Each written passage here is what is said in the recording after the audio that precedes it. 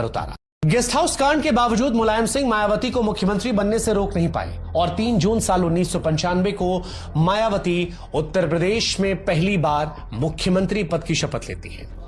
जब मायावती मुख्यमंत्री बनी तब प्रधानमंत्री नरसिम्हा राव ने इसे लोकतंत्र का चमत्कार बताया था। वैसे सच कहें तो यह चमत्कार जैसा ही था।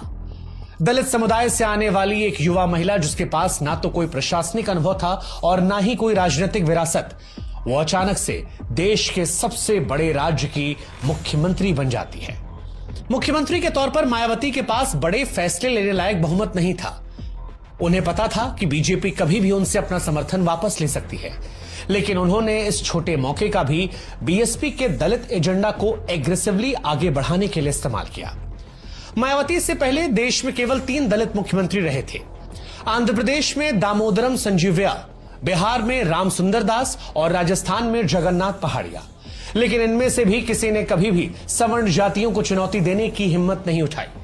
मायावती ने ठीक इसके उलट किया और इसी वजह से दलितों में मायावती की लोकप्रियता बढ़ती चली गई। दलित एजेंडा को आगे बढ़ाने के लिए मायावती ने सबसे पहले कई बड़ी संस्थाओं, इमारतों और जिलों का नाम दलित नायकों पर रखा। पूरे राज्य में अंबेडकर की प्रतिमाएं लगाना शुरू कर दिया। मायावती का सबसे एम्बिशियस प्रोजेक्ट राजधानी लखनऊ में दलित बहुजन नायकों के सम्मान में 28 एकड़ का अंबेडकर पार्क और परिवर्तन चौक बनाना रहा। इनमें ब्राह्मणवाद के खिलाफ अभियान चलाने वाले फूले, पेरियार, शाहूजी महाराज और अंबेडकर जैसे दलित नायकों की प्रतिमाएं लगाई गई। बीएसपी ने इस दौर में पेरियार मेला भी आयोजित किए। पेरियार पर फेस्टिवल्स के जरिए बीएसपी ने दलितों का दिल तो जीत लिया, लेकिन इसे बीजेपी को जानबूझकर उकसाने के तौर पर देखा गया, जिसका वोट बैंक सवर्ण जातियों में था।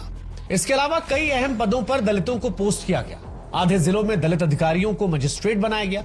25% से अधिक पुलिस थानों का इंचार्ज दलित पुलिस अधिकारियों को बनाया गया। मायावती ने अंबेडकर गांव योजना के जरिए ज्यादा दलित आबादी वाले गांवों को ज्यादा पैसे दिए। अभी तक जो गांव सबसे पिछड़े थे, अचानक से वो चमकने लगे। वहां पक्की सड़कें, हैंडपंप, मेडिकल क्लिनिक और पक्के घर बनने लगे। वाल्मीकि समाज के बच्चों के लिए एजुकेशन के लिए वजीफा दिया गया। उन्हें टॉयलेट्स की सफाई से दूर रखने के लिए बाकी कामों की ट्रेनिंग दी गई। मायावती ने यह सब कुछ जानबूझकर ऊपरी जातियों द्वारा बनाई गई व्यवस्था को हटाने के लिए किया। यह दलितों को यकीन दिलाने के लिए एक सोची समझी रणनीति का हिस्सा था कि पिछड़े लोगों के लिए ऊपरी जातियों के दबदबे को चुनौती देना संभव है। मायावती ने दिखाया कि अगर दलितों के पास पॉलिटिकल पावर हो तो वो क्या कर सकते हैं। यह सब कुछ काशीराम का मास्टर प्लान था, लेकिन